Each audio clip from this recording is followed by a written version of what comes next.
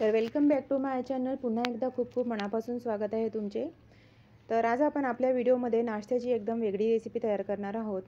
आणि हा नाश्त्याचा प्रकार जो आहे ना, अगदी कमी तेलामध्ये आपण तयार करणार आहोत। झटपट तयार होणारा पदार्थ आहे, अगदी कमी साहित्यामध्ये। हे बघा, ह्या दोन नाश्त्याच्या रेसिपी आज आपण आपल्या व्हिडिओमध्ये तयार करणार आहोत।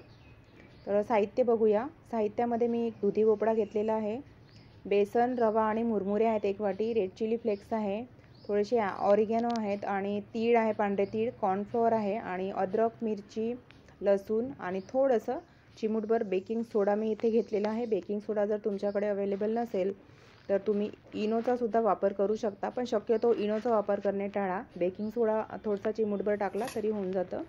तर दुधी भोपळा मी स्वच्छ धुवून घेतलेला आहे। आता आपण अशा प्रकारे कट करून घेणार आहोत।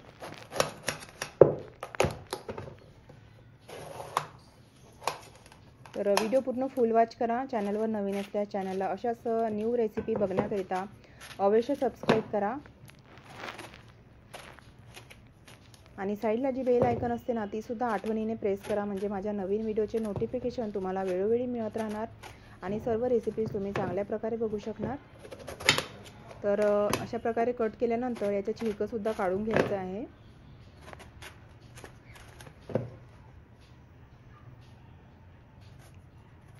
तर साहित्य सुद्धा अगदी मोजकं आहे, घरी अवेलेबल असणारं आहे।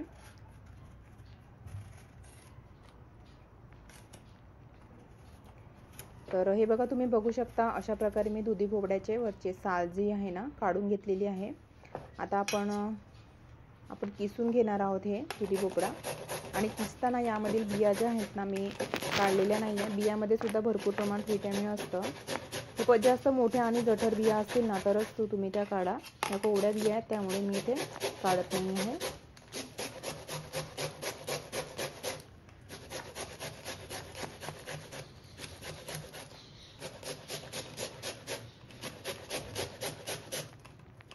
तर अशा प्रकारे आपण दुधी भोपळा किसून घेणार आहोत।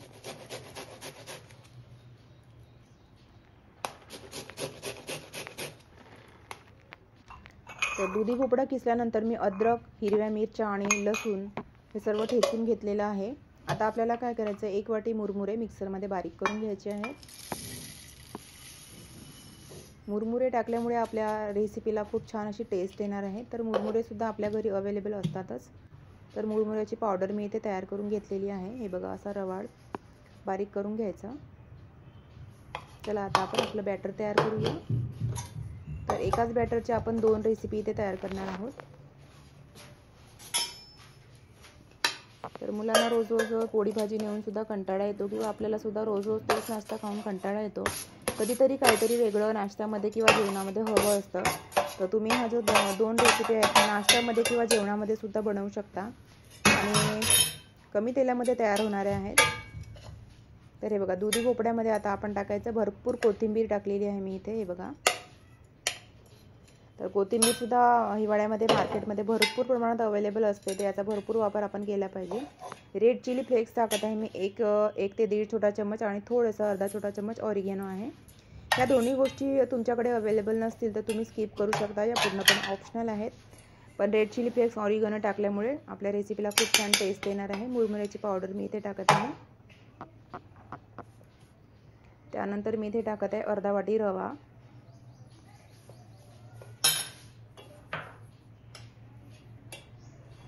त्यानंतर मी इथे टाकत आहे 1 ते 1.5 छोटा चम्मच कॉर्नफ्लोअर।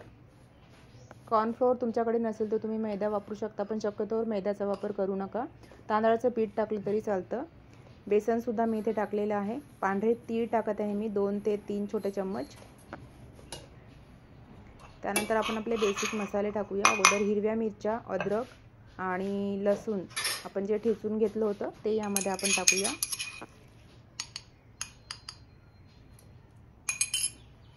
तर 1 चम्मच मी इथे टाकलेला आहे। तुम्ही किती प्रमाणात तिखट खाता त्या प्रमाणात इथे टाकायचं आहे।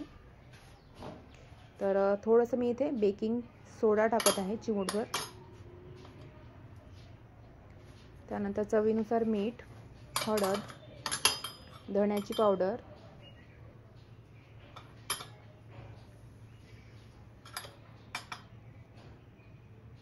हे सर्व टाकल्यानंतर आपल्याला हे मिक्स करून घ्यायचं चांगलं.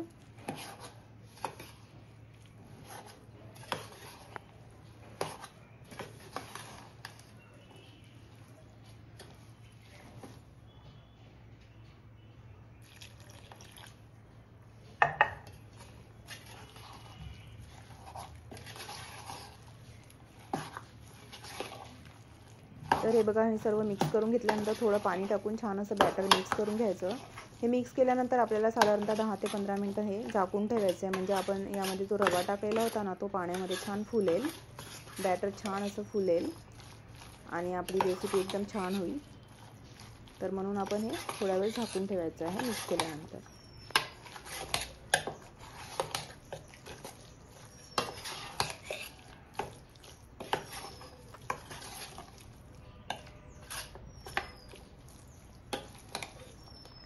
हे बघा, अशा प्रकारे घट्ट असलं पाहिजे, एकदम पातळ आणि एकदम घट्टही नको.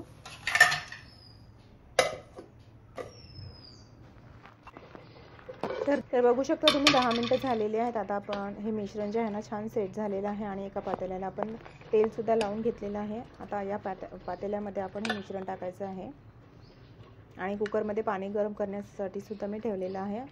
आता तुमच्या लक्षात आलंच असेल की आपण कोणती नाश्त्याची रेसिपी इथे तयार करणार आहोत. तर आज आपण इथे कोथिंबीरीच्या वड्या ज्या प्रकारे करतो ना, त्याच प्रकारे इथे मी दुधी भोपळ्याच्या वड्या तयार करत आहे. खायलासुद्धा खूपच टेस्टी वाटतात. तुम्ही एकदा नक्की ट्राय करून बघा, तुम्हाला सुद्धा नक्की आवडतील. तर हे बघा, कुकरमध्ये पाणी छान गरम झालेलं आहे. कुकरची प्लेट मी इथे ठेवून दिलेली आहे. त्यानंतर आपल्याला हे मिश्रण वाफवून घ्यायचं आहे साधारणतः 10 ते 15 मिनटं मीडियम फ्लेमवर. आणि कुकरचं झाकण लावायचं आहे आणि कुकरच्या झाकणाला आपल्याला सिटी नाही लावायची आहे. सिटी न लावता आपल्याला हे छान असं वाफवून घ्यायचं आहे.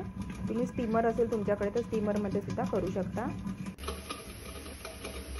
तर एका साईडला आपल्या ह्या ज्या वड्या आहेत तयार होत आहेत, तेव्हापर्यंत आपण दुसरा पदार्थ तयार करून घेऊया. तर याच बॅटरचे मी आज इथे अप्पे तयार करत आहे. तर अप्पे पात्र गरम करून घेतलेलं आहे. इथे मी थोडं तेल टाकत आहे. बघा, बस मी छान सर्व बाजूनी आपल्याला हे तेल पसरवून घ्यायचं आहे. बघा, गॅसची फ्लेम अगदी कमी ठेवायची आणि अप्पे करताना नेहमी कमीच फ्लेमवर अप्पे तयार करायचे, म्हणजे आतूनपर्यंत छान ते शिजले जातात, कच्चे राहत नाही.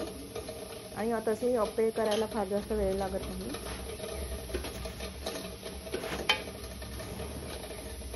तर सर्व तेल मी छान असं सर्व बाजूने असं पसरवून दिलेलं आहे. आता हे बॅटर आपण थोडं यामध्ये टाकायचं. तर एकाच वेळेस झटपट ह्या दोन्ही नाश्त्याच्या रेसिपी तयार होतात, कमी तेलाच्या, बिना तेलाच्या, अगदी 2 थेंब तेलामध्ये तयार होणाऱ्या या रेसिपी. आय होप तर तुम्हाला नक्कीच आवडतील. तुम्ही नक्की ट्राय करा.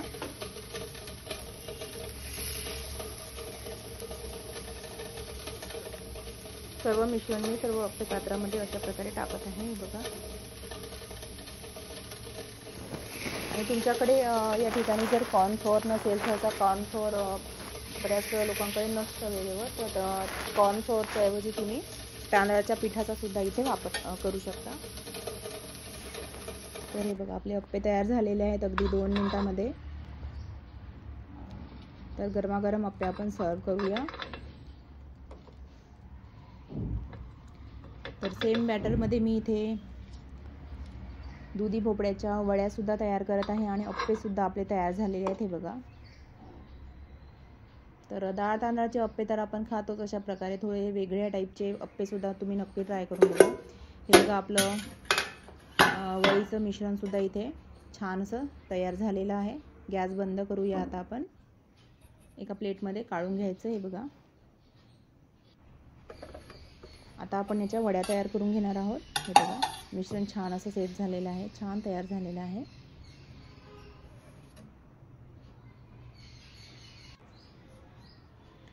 तर अशा प्रकारे मी याच्या वड्या तयार करून घेतलेल्या आहेत. ह्या वड्या आपण थोड्याशा शॅलो फ्राय करून घेणार आहोत. पण जर तुम्हाला शॅलो फ्राय नसेल करायच्या तर तुम्ही ह्या वड्या अशासुद्धा खाऊ शकता. या वड्या अशासुद्धा खूप छान वाटतात, टेस्टी वाटतात. हे बघा, तर हे बघा, वड्या छान कट करून घेतलेल्या आहेत. आता मी एका पॅनमध्ये थोडंसं तेल टाकलेलं आहे, अगदी थोडंसं, अर्धा छोटा चम्मच. तर अशा प्रकारे पसरट एक भांडं घ्यायचं जर तुमच्याकडे अशा प्रकारे पसरट भांडं नसेल तर तुम्ही तव्यावर सुद्धा याला शॅलो फ्राय करून घेऊ शकता. शॅलो फ्राय करण्याकरता मी फार जास्त साहित्य टाकत नाही, फक्त अर्धा छोटा चम्मच तेल टाकलं आणि थोडेसे पांढरे तीळ, म्हणजे दिसायला खूप छान वाटतं. बाकी मी कोणतंच साहित्य इथे टाकत नाही आहे. तर आता आपल्याला ह्या ज्या वड्या आहेत ना कट करून घेतलेल्या आहेत, त्या थोड्या थोड्या शॅलो फ्राय करून घ्यायच्या आहेत मंद आचेवर.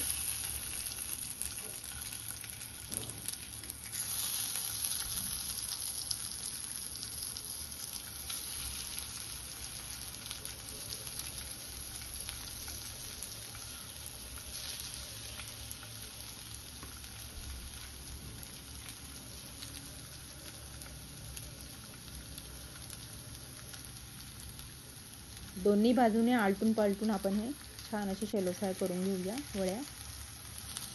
बघा, आणि ह्या वड्यांवरती हे पांढरे तीळ आहे ना दिसायला खूपच सुंदर दिसतात. आणि कोणताही पदार्थ आपण असं म्हणतात की आपण सर्वात प्रथम डोळ्यांनी खातो, म्हणजे डोळ्यांना दिसायला पदार्थ छान दिसला ना की खाण्याची इच्छासुद्धा आणखी वाढते. तर हे बघा, ह्या वड्यासुद्धा तयार झालेल्या आहेत. तर त्याला गरमागरम सर्व करूया. तर दोन्ही पदार्थ इथे तयार झालेले आहेत, अप्पे आणि कोथिंबिरीच्या वड्या. तर हे दोन्ही पदार्थ तुम्हाला कसे वाटले नक्की सांगा कमेंट बॉक्समध्ये. आणि आवडले असल्यास लाईक करा, तुमच्या फॅमिली फ्रेंड्ससोबत शेअर करा. आणि व्हिडिओ बघितल्याबद्दल खूप खूप धन्यवाद. भेटूया नेक्स्ट व्हिडिओमध्ये, तेव्हापर्यंत स्वस्त रहा.